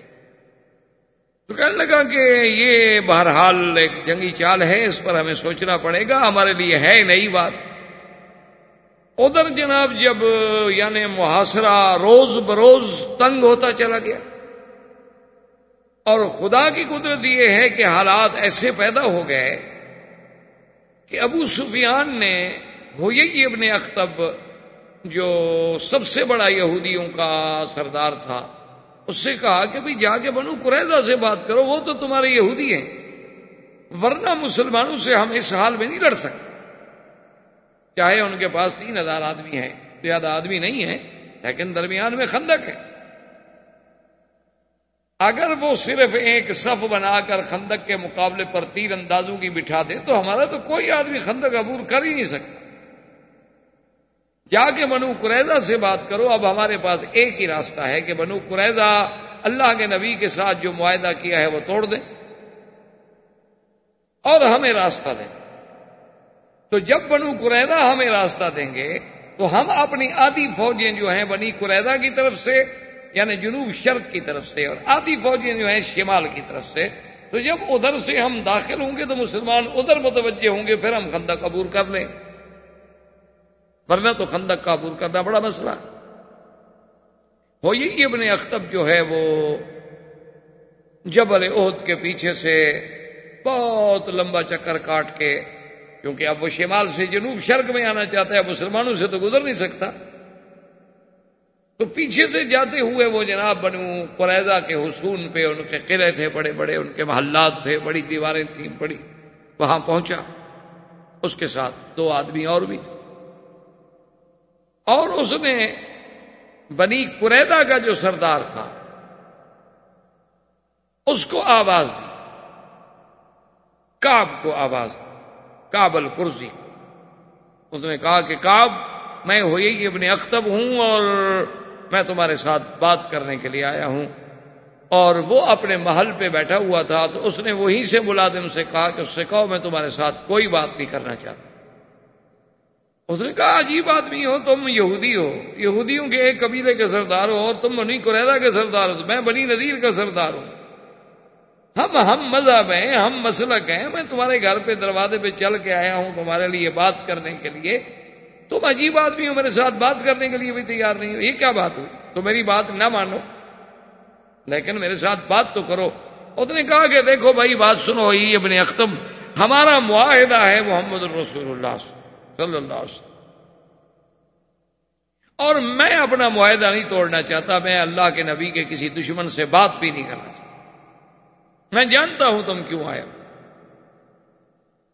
انہوں نے کہا عجیب آدمی، تم نے ایسے دل میں بیٹھ کے اندازہ لگا لیا ہے کہ میں کیوں آیا ہوں. تو اب اس نے ایک چبھتی ہوئی بات کی. اس نے کہا ہاں انک تخاف ان تاکل احدا من جشیشتک، کہ تم اس لیے ڈر رہے ہو کہ تمہارا کھانا دسترخوان پہ کوئی اور نہ کھائے. بخیل ہو نا تم، ذلیل آدمی ہو نا تم، گھٹیا آدمی ہو، سردار ہو تو کیا ہو گیا.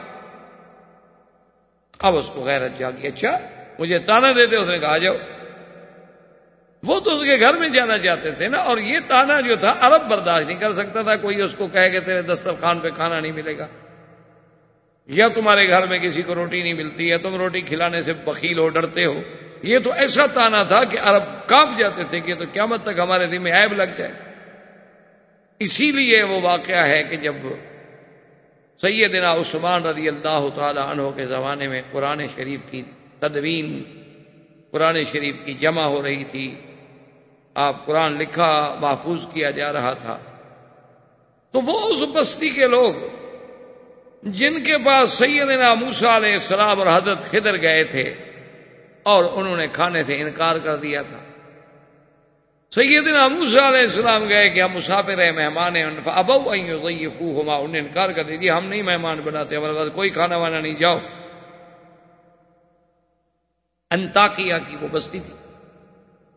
تو وہ بستی والے لوگ جو ہے ایک وفد لے کے صحابہ کی خدمت میں آئے. انہوں نے کہا بات یہ ہے کہ اللہ کے قرآن میں وہ واقعہ نقل ہو گیا ہے کہ ہمارے ان بڑوں نے پتہ نہیں کھانے کا انکار کیا تھا، بدبختوں نے کیا کیا تھا، ہم تو زندہ رہنے کے قابل نہیں رہے، سارے لوگ ہمیں تانا دیتے ہیں کہ کتنی لانتی تھے بستی والے کہ 2 مہمانوں کو کھانا بھی نہیں دے سکے. تو تم مہربانی کرو، ہم سے جتنا دولت چاہیے، سونا چاہیے، چاندی چاہیے، پیسہ چاہیے، ہم دینے کے لیے تیار ہیں، صرف اتنی مہربانی کر دو کہ تم قرآن شریف لکھ رہے ہو، جمع کر رہے ہو. فَأَبَوْا أَن يُضَيِّفُوهُمَا میں با کا نیچے والا نقطہ جو ہے نا یہ اوپر لگا دو، تے بن جائے، بس ہمارا کام ہو جائے گا.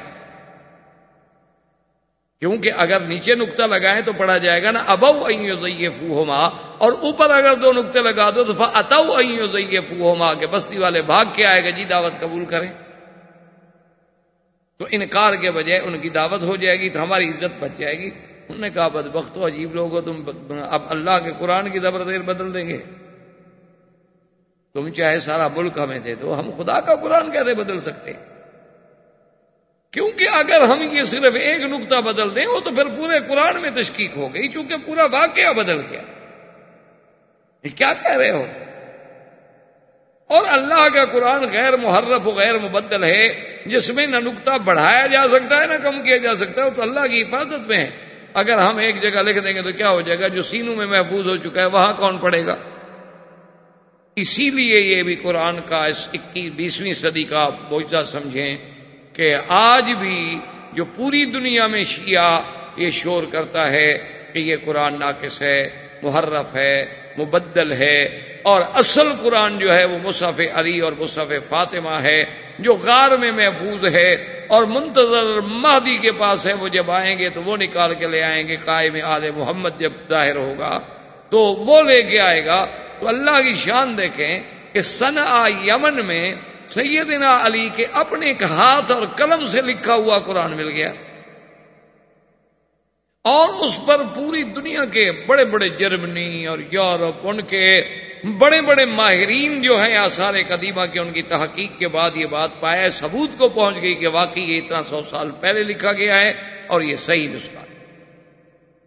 اور وہ اوراق مبارک اتنے بوسیدہ ہو چکے تھے کہ اس پہ پتہ نہیں کئی لاکھ ڈالر انہوں نے معاوضہ دیا ہے اس کمپنی کو کہ جو مثالے کے ساتھ ان کاغذوں کو پھر جوڑے اور ان کو پھر زندہ رکھے تاکہ وہ کاغذات پھٹ نہ جائیں. تو اب اس کو انہوں نے صنعا میں باقاعدہ وزارت الشؤون الاسلامیہ نے زیارت کے لیے رکھ دیا ہے، اور لاکھوں لوگوں نے جا کے اپنے آنکھوں سے دیکھا ہے.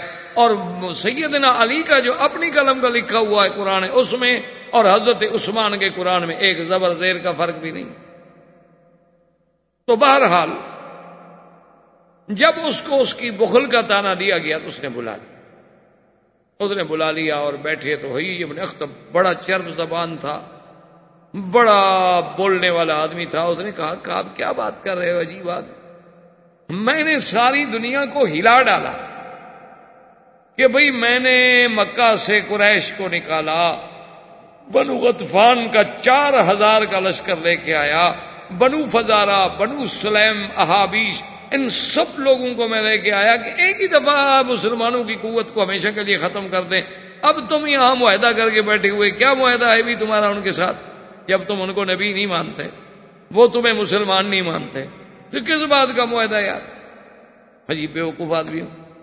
تم ہمارا ساتھ دو تو ایک دن میں بات ختم ہو سکتی ہے. ان کے پاس کل 3000 ہمارے پاس 10,000 کا لشکر. صرف تم ہمیں راستہ دے دو، چلو بندے بھی نہ دو، اپنے بندے جنگ میں بھی نہ جھونکو، چلو کل تھوڑا بہت کوئی بہانہ بھی بن سکتا ہے کہ جی وہ ادھر سے عبور کر گئے، ہمیں خیال نہیں رہا، ورنہ ہم نے تو کوئی مدد نہیں کی. تو تم اس طرح کرو کہ ہمیں اپنے قبیلے سے گزرنے دو، ہم اپنی آدھی فوجیں جو ہے اس طرف ڈال دیتے ہیں تاکہ جنوب شرقی سے بھی حملہ ہو اور شمال سے بھی حملہ ہو، مسلمانوں کی قوت کو ہمیشہ کے لیے ختم کر۔ اور آخر میں آ کر وہ مان گیا، انہوں نے کہا کہ ٹھیک ہے ہم حضور کے ساتھ معاہدہ توڑتے۔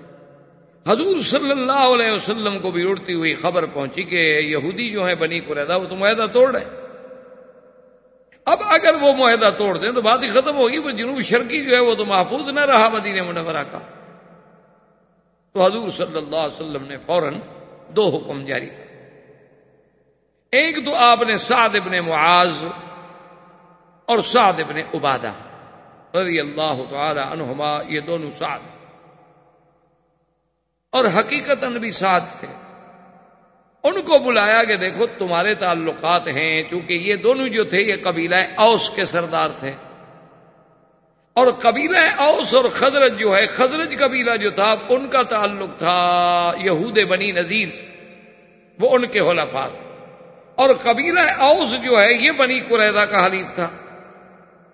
تو انہوں نے کہا کہ وہ تمہارے حلفاء ہیں، تمہارے ساتھ ان لوگوں کے پرانے تعلقات ہیں، اور پھر بنی قریظہ نے ہمارے ساتھ معاہدہ کیا، تو ہمیں پتا چلا ہے کہ وہ معاہدہ توڑ رہے ہیں، غدر کر رہے ہیں، تم جا کے ان سے بات کرو، ایک تو پتا کرو کہ کیا واقعی معاہدہ توڑ رہے ہیں یا نہیں توڑ رہے، اگر نہیں توڑ رہے تو بات ختم ہو گئی، لیکن اگر وہ معاہدہ توڑ رہے ہیں تو انہیں مجبور کرو کہ بے وقوفو کیا کر رہے ہو تم، اللہ کے نبی کے ساتھ معاہدہ توڑ رہے ہیں۔ لیکن ایک بات کا خیال رکھنا کہ خبر جو بھی ہو اس کو کسی پہ ظاہر نہیں کرنا، واپس آ کر مجھے بتانا ہے، اور اگر میں صحابہ کے جمع غفیر میں بیٹھا ہوں تو پھر اشارے سے بات کرنی ہے، کنایے سے بات کرنی ہے، ظاہر نہیں کرنا، کیونکہ اگر یہ بات کا پتہ چل گیا تو مسلمانوں کے تو حوصلے پست ہو جائیں۔ حضور صلی اللہ علیہ وسلم نے ایک فیصلہ یہ فرمایا اور دوسرا یہ حکم دیا کہ مدینہ منورہ میں تمام عورتوں کو، تمام بچوں کو، تمام بوڑھوں کو ایک بڑے محل میں، ایک بڑے مکان میں، ایک بڑی حویلی میں بند کر دیا جائے تاکہ وہ ایک جگہ محفوظ رہیں کہ ہم جوان تو سارے خندق پہ آئے ہوئے ہیں، مدینہ منورہ تو خالی ہے،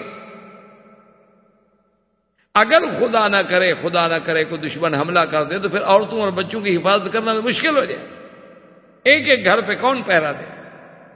ایک جگہ جب وہ محفوظ ہوں گے تو اللہ رحمت کرے گا، پہلے تو کوئی حملے کرنے کی ضرورت بھی نہیں کرتا نا، اکیلی عورت ہے تو اٹھا لے گا، اور وہاں جو ہمارے صحابہ کمزور ہیں، ضعیف ہیں، بوڑھے ہیں، یہ بھی وہاں بھیج دیے جائے کیونکہ لڑ تو سکتے نہیں بیچارے، تو وہاں عورتوں کا ایک جگہ اجتماع کر دیا گیا۔ حضرت سعد واپس آئے اور وہ خبر لے آئے کہ یہودیوں نے معاہدہ توڑ دیا۔ آئے تو حضور صلی اللہ علیہ وسلم صحابہ کے مجمع میں بیٹھے ہوئے تھے، تو حضور نے جب دیکھا تو حضور تو پہچان گئے اس کے چہرے سے کہ بھی خبر اچھی نہیں ہے۔ آپ نے پوچھا کہ ہاں کیا خبر ہے؟ اس نے کہا جی القارۃ والعدو، حضور کیا کریں، دشمن ہے اور اس حملے کا خطرہ ہے، ہر طرف دشمن ہے اور تو کوئی ایسی بات نہیں۔ تو حضور نے فوراً اس کی بات کو رکھنے کے لیے فرمایا اللہ اکبر، اس میں ایک اظہار تھا کہ اللہ بڑا ہے، وہ اگر ہمیں نقصان پہنچانا چاہتے ہیں تو کیا کریں گے، اور دوسرا یہ اظہار تھا کہ مسلمان یہ سمجھیں کہ حضرت سعد اچھی خبر لائے ہیں، حضور خوش ہو کہ اللہ اکبر کہہ رہے، لیکن وہ بات چھپی نہیں رہ سکتی، آخر وہ بات جو تھی نکلتے نکلتے مسلمانوں کے پاس بھی پہنچ گئی کہ بنو قریظہ نے عہد توڑ دیا ہے۔ نتیجہ یہ نکلا کہ جو منافقین تھے وہ فوراً بھاگ گئے، اور جو مسلمان تھے بیچارے ضعیف اور کمزور دل وہ بھی بھاگ گئے۔ حضور جب صبح کو اٹھے تو 3000 میں باقی 300 آدمی ساتھ۔ احباب کرام، اس کے بعد اب آپ اس مبارک سلسلے کی CD نمبر 20 سماعت فرمائیں۔